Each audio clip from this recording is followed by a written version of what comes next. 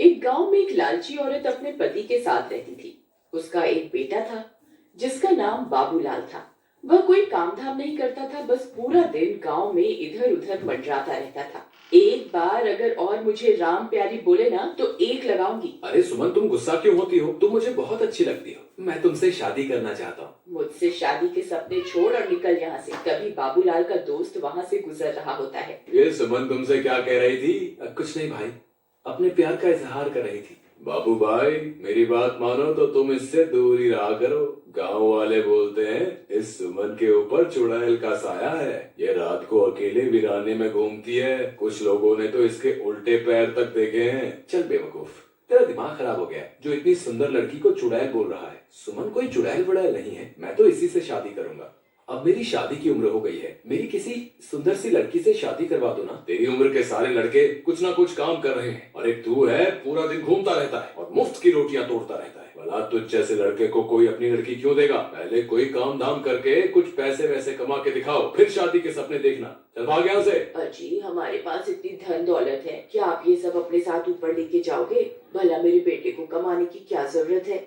मामा, मुझे सुमन बहुत पसंद है। तुम उसके घर मेरा रिश्ता लेकर जाओ ना। तुम्हारी किस्मत बहुत अच्छी है जो तुम्हारी लड़की की शादी मेरे बेटे से हो रही है। बस तुम सुमन की शादी मेरे बेटे से करवा दो, मुझे तुमसे कुछ नहीं चाहिए।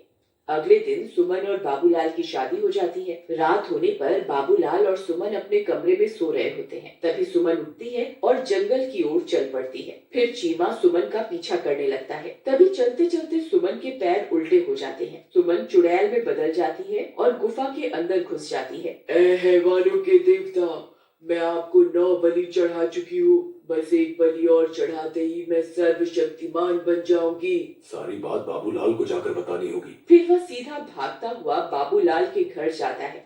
भाई, मुझे लगता है कि तुम्हारा दिमाग खराब हो गया है जो ये बहकी बहकी बातें कर रही हो। अच्छा, तो ये बताओ कि क्या सुमन घर पे है? इतने में सुमन वहाँ आ जाती है। क्या हुआ चीमा भैया, इतनी रात के कैसे आना हुआ? कुछ नहीं भाभी जी, मैं तो बस। अच्छा, मैं चलता हूँ। फिर सुबह होने पर वह सेठानी गुस्से से लाल हो जाती है क्योंकि सुमन अभी तक सो रही होती है।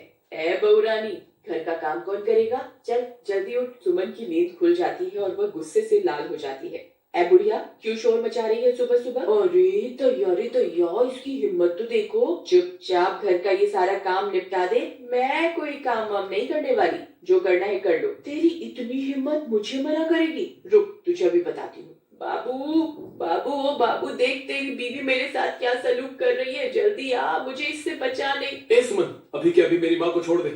फिर बाबू परेशान होकर घर से बाहर निकल जाता है। इतने परेशान क्यों? क्या तुम्हें पता चल गया कि तुम्हारी बीवी चुड़ैल है? मजाक मत कर यार चीमा, मैं वैसे ही बहुत परेशान हूँ। आज सुबह सुबह तो सुमन ने हद ही कर दी। उसने माँ के बाल पकड़कर उनसे बहुत बदतमीजी की। एक बहुत आसान रास्ता है। अगर तुम उस चुड़ैल के सामने आईना रख दोगे तो तुम्हें उसकी असलियत उस आईने में दिख जाएगी। रात होने पर बाबू सुमन के लिए फूलों का गजरा लेकर घर पहुंच जाता है। देखो, आज मैं तुम्हारे लिए क्या लाया हूँ। सुमन वहाँ आती है और गजरा देखकर बहुत खुश हो जाती है। फिर वो गजरा अपने बालों में लगाकर शीशे के सामने पहुंच जाती है। तभी उसके पीछे पीछे बाबूलाल भी पहुंच जाता है। सुमन जैसे ही अपने आप को शीशे में देखती है, उसकी असलियत उसमें दिखाई देने लगती है। बाबूलाल उस चुड़ैल को देखकर बहुत डर जाता है। हे भगवान, ये मैं किस मुसीबत में फंस गया। अच्छा हुआ तुझे मेरी असलियत के बारे में पता चल गया। मैं आज रात को तेरी ही बलि देने वाली थी। अरे भागो रे, अपनी जान बचा के भागो। चीमा भाई, मुझे बचाओ। मेरी बीवी तो चुड़ैल निकली। तुम सही कहते थे। हाय, मर गए रे। चीमा भाई, जल्दी से दरवाजा बंद कर दो। तुम सही कहते थे, सुमन तो चुड़ैल है। मैंने उसकी असलियत आईने में देख ली है। अब वो मुझे नहीं छोड़ेगी। अजी, मुझे लगता है आपका ये दोस्त अपने साथ साथ हमें भी मरवा के छोड़ेगा। तुम अभी के अभी से घर से बाहर निकालो, नहीं तो इसकी पत्नी इसका पीछा करते करते यहाँ पहुँच जाएगी।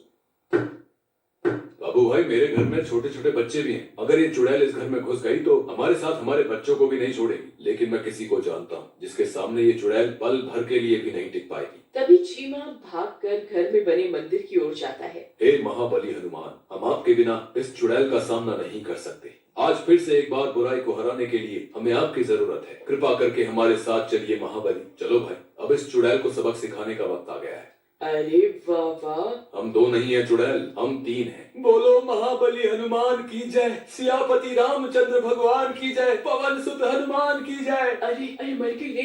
ये तूने क्या कर दिया? हे भगवान, मुझे क्षमा कर दो। मुझसे बहुत